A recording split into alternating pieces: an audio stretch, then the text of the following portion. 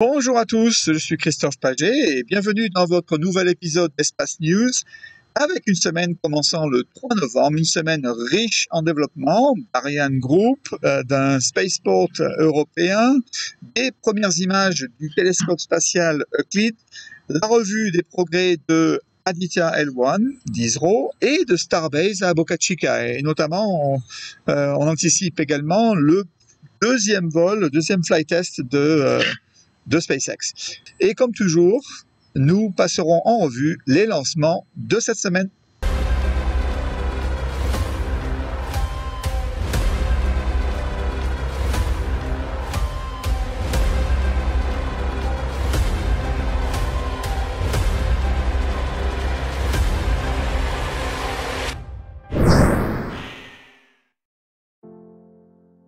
Dans le dernier épisode, j'ai capturé le dernier vol de la mission 5 de Virgin Galactic, alors qu'il était toujours dans les airs lorsque j'ai sorti l'épisode.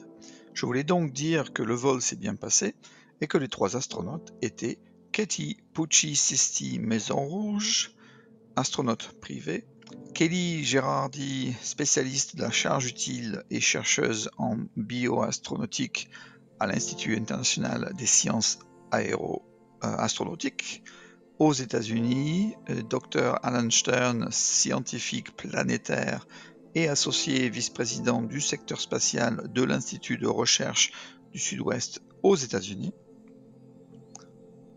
Juste après le vol, certains employés de Virgin Galactic ont été invités à faire leurs valises et à quitter leur travail dans le but de réduire les coûts.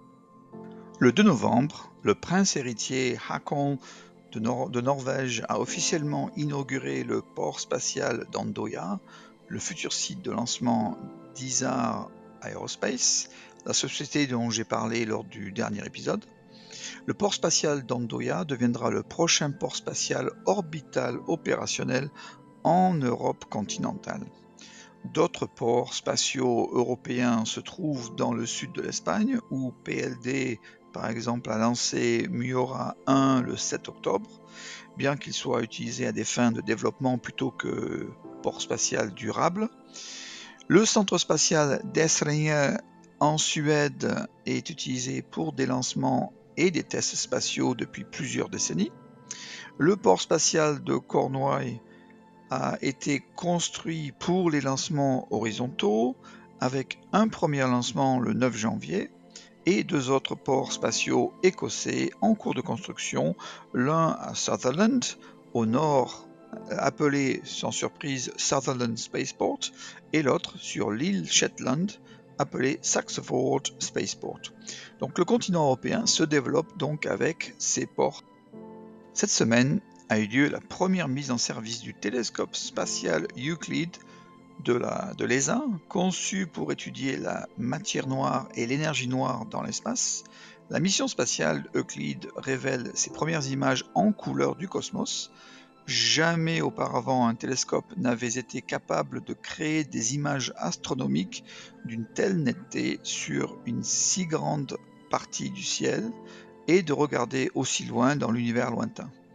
Donc ces 5 images illustrent tout le potentiel d'Euclid. Il montre que le télescope est prêt à créer la carte 3D la plus complète de l'univers à ce jour pour découvrir certains de ses secrets cachés. Tout est à venir, reste.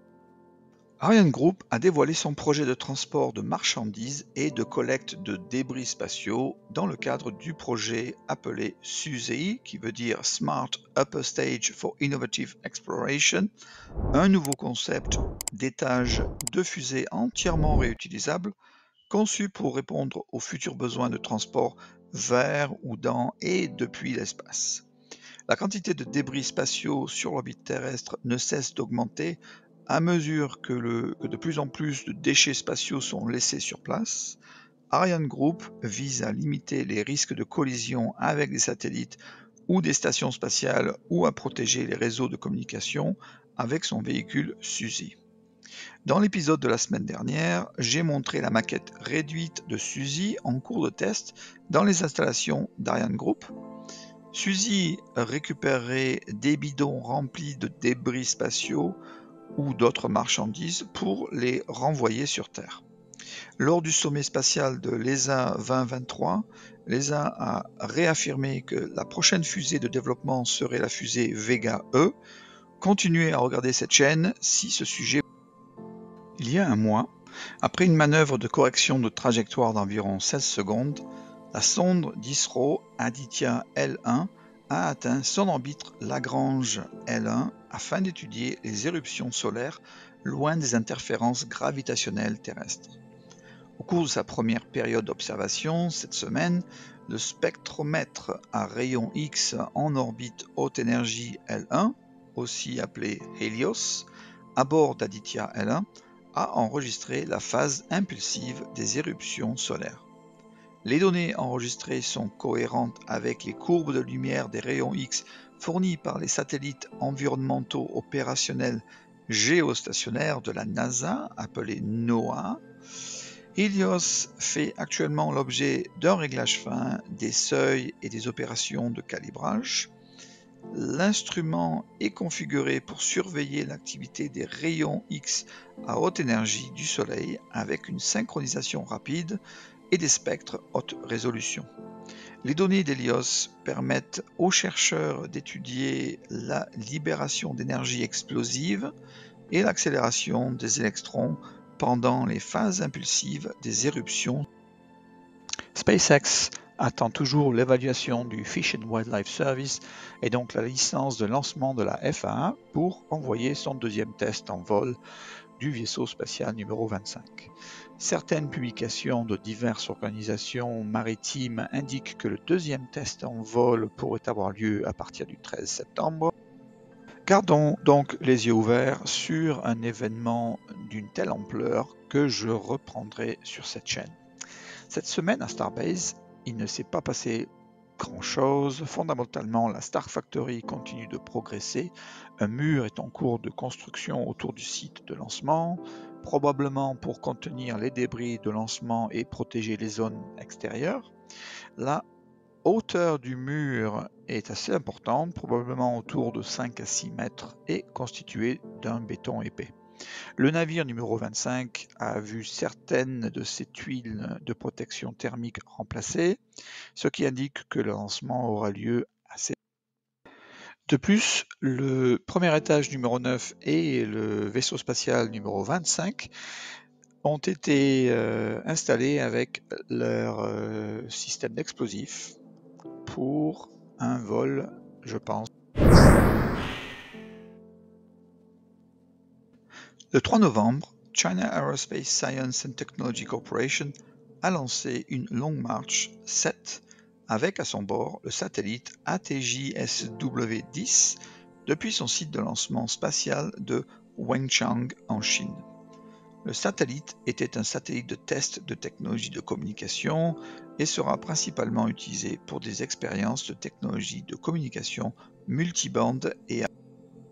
Le 4 novembre, SpaceX a lancé 23 mini-satellites Starlink V2 sur une orbite terrestre basse circulaire à 530 km d'altitude et une inclinaison de 43 degrés pour sa mission groupe 626, à bord d'un Falcon 9 Block 5.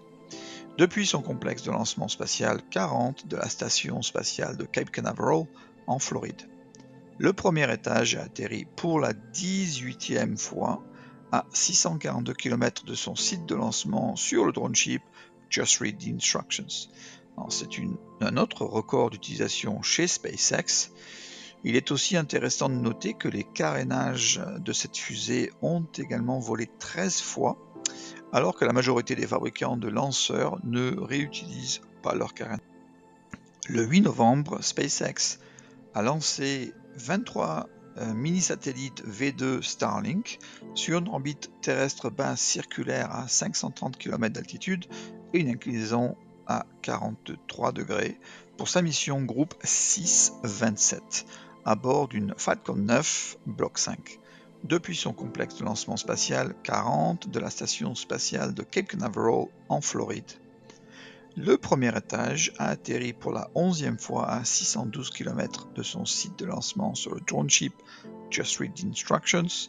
Ce sera d'ailleurs le 81e lancement Le 9 novembre, China Aerospace Science and Technology Corporation a lancé avec succès une Long March 3BE depuis son centre de lancement de satellites de Xichang en Chine.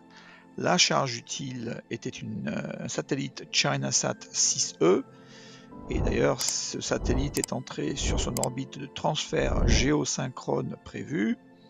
Il reprendra le rôle de diffusion radio et télévisuelle du satellite ChinaSat 6B, lancé en juillet 2007 et positionné à 115,5 degrés Est. Le lancement fait partie d'une série de remplacements de satellites géostationnaires. Le 10 novembre, SpaceX a lancé une Falcon 9 Block 5 avec une mission numéro 29, Dragon Commercial Resupply Service ou CRS-2, en direction de la Station internationale spatiale depuis sa plateforme 39A au Kennedy Space Center en Floride. Le premier étage a atterri pour la deuxième fois, et cette fois-ci au Centre spatial Kennedy, zone d'atterrissage numéro 1.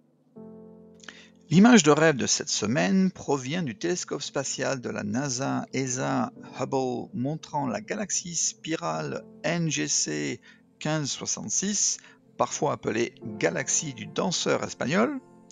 Elle possède deux bras en spirale qui ne font chacun qu'un demi-tour du début à la fin, ressemblant à la forme d'une virgule.